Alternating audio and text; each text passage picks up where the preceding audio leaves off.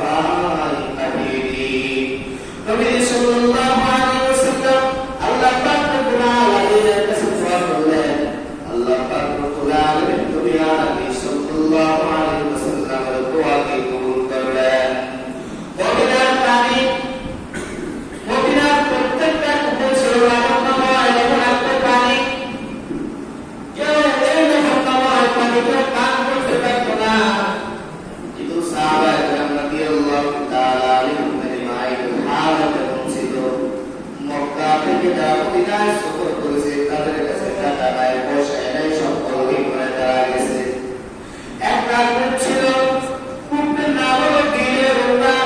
এই কূপের মালিক ছিলেন ইহুদি।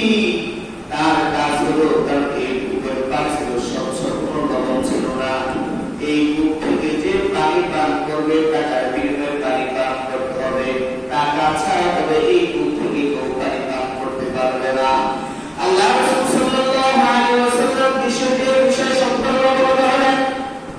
সাহাবায়ে মুহাজির আনসার সাহাবা রাদিয়াল্লাহু তাআলা আলাইহিম আজমাইন সবাই আল্লাহ রাসূল সাল্লাল্লাহু আলাইহি ওয়াসাল্লামের কাছে গেলেন, বলতেছেন, ইয়া রাসূলুল্লাহ, ইয়া হাবিবাল্লাহ, তীরে রূপানের কূপ আছে, এই কূপের পানি তো খুব স্বচ্ছ এবং খুব ভালো পানি, লাবণ্যময় নয়, পানিটা খুব সুস্বাদু। কিন্তু যে ইহুদি মালিক, এই ইহুদি তাকে টাকা ছাড়া কাউকে পানি পান করায় না, টাকা দিয়ে তারপর সে কি দেয়, পানি দেয়। আল্লাহ রাসূল সাল্লাল্লাহু আলাইহি ওয়াসাল্লাম